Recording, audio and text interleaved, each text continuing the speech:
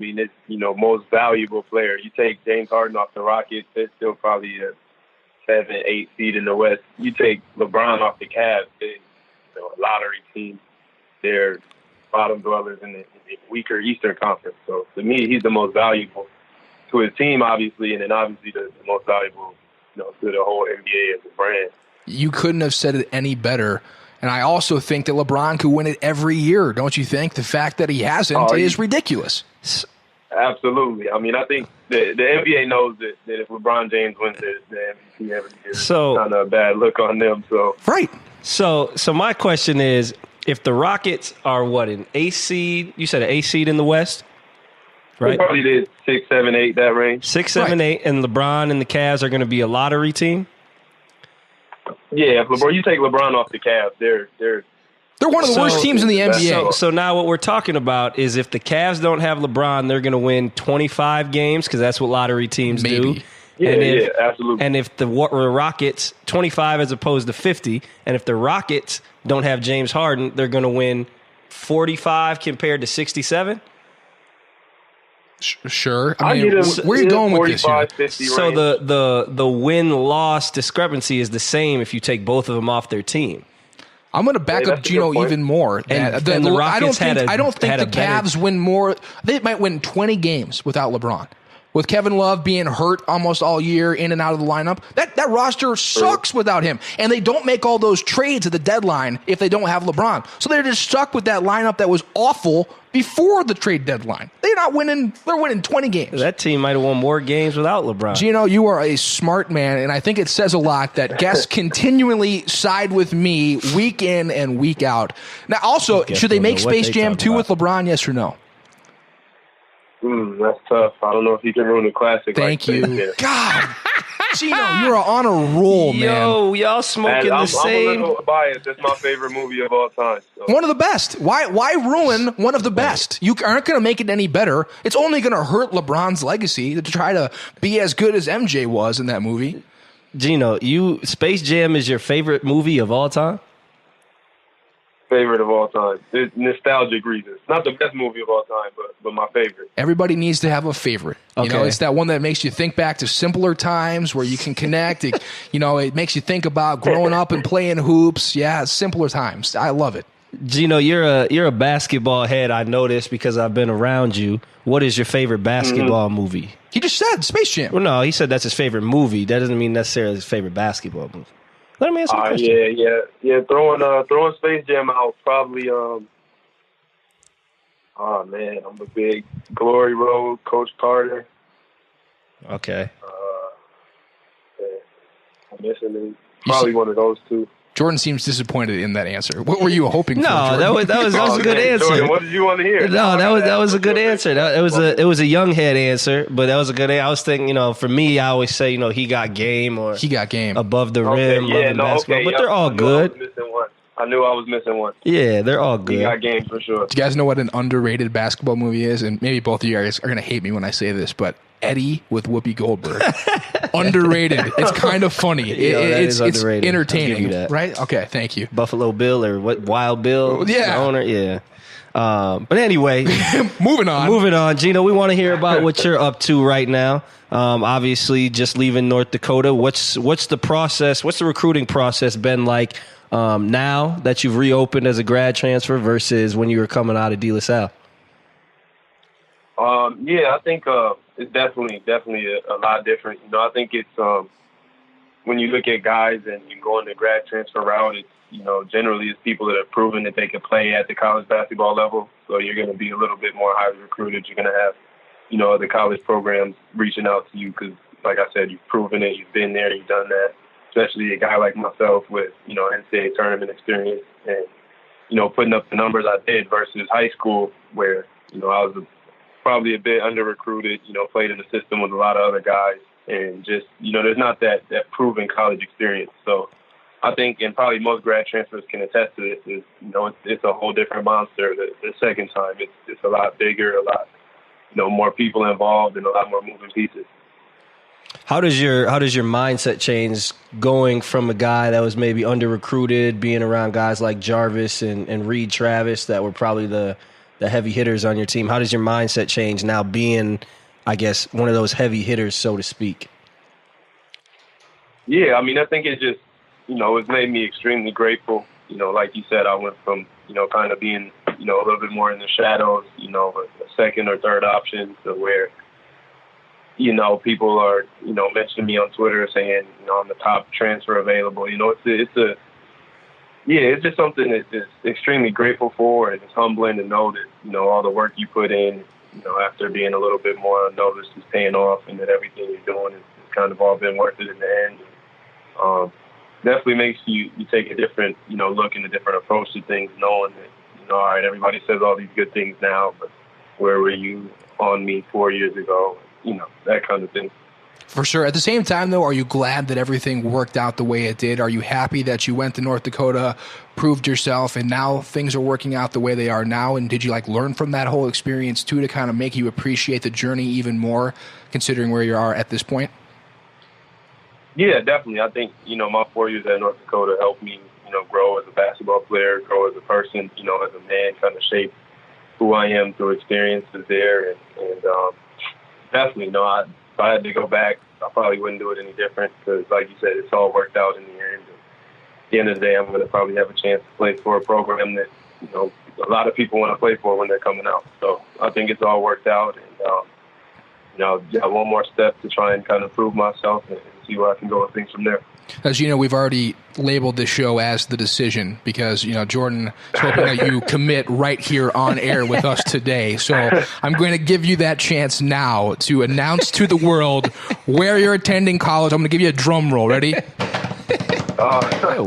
drum roll. That was the best I could do. That was the best I could do. Yeah, there's no decision coming today. I got one more visit out at Gonzaga this coming weekend, and I'll probably make a decision, the following week on who I want to play for next year, on what program I'll be a part of. So next week is what you're shooting for then. I mean, right now, what has impressed you about the schools in your final three? I think obviously Minnesota, they have the edge on growing up here, being a Gopher fan when I was younger, attending games at the barn, and me being pretty good friends with a lot of the guys on the team.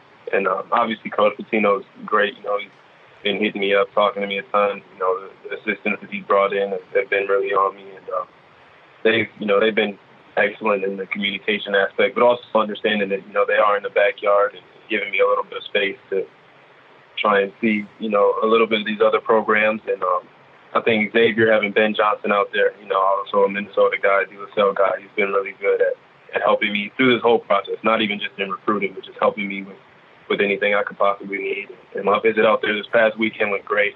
Cincinnati was a great city. They got a beautiful campus, wonderful facilities. And, Gonzaga is, one of the best programs in the country year in, year out. And I think they got, NBA guys, their staff sends guys to the NBA, a chance to make a deep postseason run every year. So just a few, parts from each program that's impressed me a lot and kind of resonated with me. Do you have one you're leaning towards more than others? Do we get anything of a sneak peek? He would. Just anything. Yeah, Jordan, you might have to call me later, in private, and we could talk about that. So I'm the problem here. It's because I'm here. I'm the problem. For public knowledge right now, all three are on a pretty level playing field. Okay. All right. That's good. Sounds like you're keeping a pretty even keel mind about this whole thing, though. I know for some, the process can be overwhelming at times, but for you, it seems like you're enjoying this. This has been fun for you. Yeah. I mean, I think, from early on, this wasn't something that I think surprised, at least it didn't surprise me, and it didn't surprise my coaches back at school. It was something we talked about for a long time.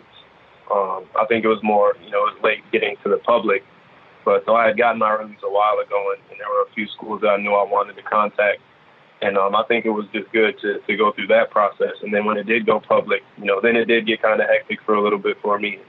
Kind of had to take a step back and, just focus on myself and knowing what I wanted and not getting too caught up in all of the recruit talk. Because, they all say the same thing. Everybody wants you to come, and they tell you they want you to be the guy, and they want you to start. You're the only piece they need to make a Final Four run. It's like, everybody can't make a Final Four. It's only 4 teams, so how's everybody using that as a recruiting pitch? But Yeah, I mean, I'd say I'm enjoying it from the standpoint that I kind of took control of the whole thing and said, these are the schools I'm interested in. Everybody else, thank you, but, no thank you. It's funny because I made that same exact recruiting pitch to Jordan to get him to do the show with me. You're the only piece we need. You're the best podcaster in the land, and it's worked. I locked him down, so he's doing it full time now. Yeah. What are teams, for those people who haven't seen you play before, what are teams getting if they land you? What are you going to bring next year to the table? I think first and foremost is leadership, having the guy that's been there, that scored points, that's been a playmaker, that's started, to be great scorers, in the country in college basketball, and obviously that's had an NCAA tournament appearance, and just somebody who's been around college basketball, being a fifth-year guy, being a bit older, a bit more mature. I've seen a lot of basketball, and I think I'm able to, kind of impress that knowledge upon other players. So if there's young guys in the program, or if there's other older guys, it just needs more older guys around them. And obviously from a basketball standpoint, I mean, just a dynamic, guard in a sense. I kind of pride myself on being able to do a little bit of everything. Awesome. Do you stay in touch with Reed and Jarvis at all? And how close are you guys? If they helped you with this process, specifically Reed, he was obviously in a similar situation. Oh, yeah. We're all really close, all of us guys from high school, especially those two. I mean, I talk to Jarvis probably every day, Reed probably once, twice a week. And Reed's helped me out a ton. We've been talking about this probably since right when our seasons ended. We knew it was going to possibly be on the table for both of us. And I had brought it up originally about possibly going somewhere together, but it just wasn't in the cards, unfortunately. But, I mean, I'm super happy for the decision he made, proud of him. And he's definitely been somebody I can, kind of bounce ideas off of. And he can give his input and just help me along with that. Since he's got his decision made already, it's kind of focus is shifted towards me. Right. Now, you guys won 4 state titles, if I'm correct, at De La Salle. I know we've spoken briefly about this. Who is the best Minnesota high school basketball team in the history of our state? Oh, gosh. So I went to high school with Jordan, so I'm going to have to side with him on this one. So I'm sorry in advance, man. Yeah. Oh, man, this is a conversation that could go on forever, and it has. Almost every time I see Jordan, it comes up. But that's tough. Me being partial, being a De La Salle guy, being able to hold claim to winning 3 out of the 6 in a row, I'm going to have to say our 2013-2014 De La Salle team is probably as talented as, any team Minnesota's produced. We had 7 Division I guys, practices were intense, and ultimately I think if Reed hadn't gotten hurt, early in the year for our non-conference portion of the schedule, I think when we had gone and played some of those out-of-town teams, I think we would have had a chance to finish the season, a top 3, top 5 team in the country. Jordan, what do you say to that? That's bold. I've heard this take. I think that you got to put one of Chris Humphrey's Hopkins teams or Royce White's Hopkins team. But 7 D1. Did you say 7 D1 guys? I think Khalid's North teams had like 5 or 6 D1 guys. Okay. Mm-hmm. So yeah, there's definitely been some great teams, and unfortunately for us, fortunately for everybody else, we can't go back and play those games. but I can go back and play them in my mind, and I'll tell you who would have won. So, but you guys are definitely up there, y'all. Y'all had a great team. I know who would have won, but I'll say it's one of those keep it to myself. backhanded compliments right there. Yeah. And I can't just say De La Salle had one of the best teams, man. Geno, I'm curious though, because I'm partial to Minnesota because I grew up here, and I know how great the talent level is that the high schools produce every year here in Minnesota. But do you feel like in overall that the state still kind of people look past the talent here or look over it or kind of poo-poo what we have here and maybe focus in on 1 or 2 guys, but don't focus in on how good the talent level is across the board that our state produces year in, year out? Yeah, I think absolutely. Especially when you look historically, I think, currently there's been a bit more of an eye on Minnesota, as far as recruiting and knowing that we produce, high level basketball players. You look at guys, in the current classes like, Jalen Suggs and Matt Hurt and some of those guys that are out there, being able to play for Team USA and Trey and Tyus, obviously. We've got a ton of high level guys, and then I think, we got a bunch at that, that very next tier too, that can go on and be great college players and professional pros. And yeah, like you said, I think we just get overlooked a bit, in the national discussion. And I think